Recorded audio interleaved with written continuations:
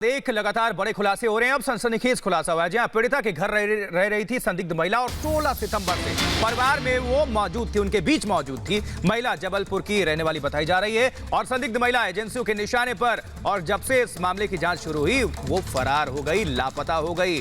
तो लगातार किस तरह से एक के बाद एक हाथरस मामले में खुलासे हो रहे हैं, वो सच्चाई देश के सामने आ चुकी है। एक रिपोर्ट आप तक हम पहुंचा रहे हैं, आप नजर डालें। जाति और सांप्रदायिक दंगा भड़काने की एक व्यापक योजना रची जाती है।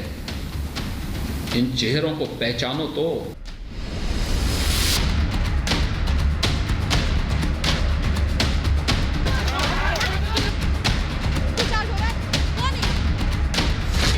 हाथरस का नक्सल कनेक्शन,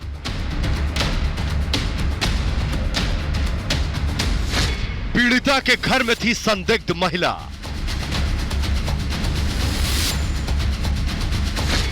पीड़िता की भाभी बनकर रची साजिश।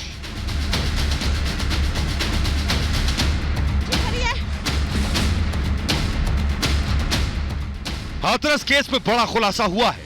हाथरस केस में नक्सली कनेक्शन सामने आया है।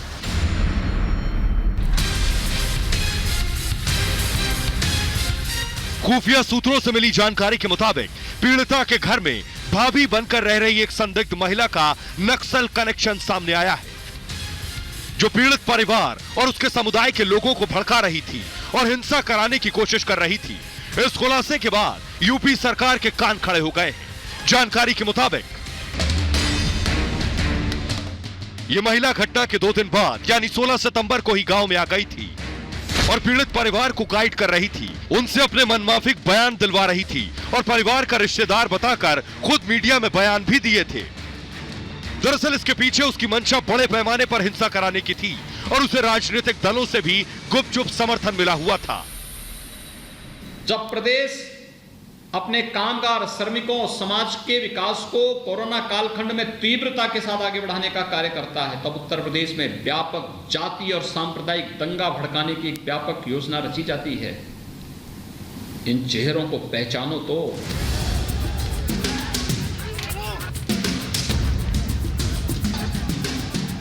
इससे पहले हाथरस केस में पीएफआई कनेक्शन भी सामने आ चुका है।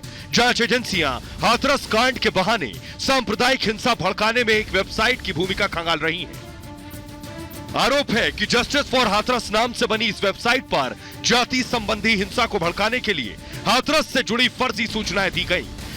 इसी सिलसिले में यूपी की मथुरा पुलिस बहराइच में मसूद खान के घर पहुंची और उसकी करतूतों की कुंडली खंगाली।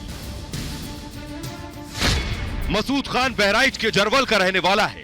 पीएफआई की छात्र विंग सीएफआई यानी कैंपस फ्रंट ऑफ इंडिया का कार्यकर्ता है। 2 साल से वो पीएफआई के लिए काम कर रहा है और उस पर हाथरस में दंगा भड़काने की साजिश के आरोप है। उसके पिता के मुताबिक वो 2.5 साल पहले दिल्ली में कानून की पढ़ाई करने आया था और जामिया यूनिवर्सिटी में एलएलबी में दाखिला लिया था। खबर के मुताबिक मसूद जामिया में ही पीएफआई के संपर्क में आया और उसके लिए काम करने लगा। मसूद उन 4 लोगों में शामिल है जिन्हें यूपी की मथुरा पुलिस ने गिरफ्तार किया था।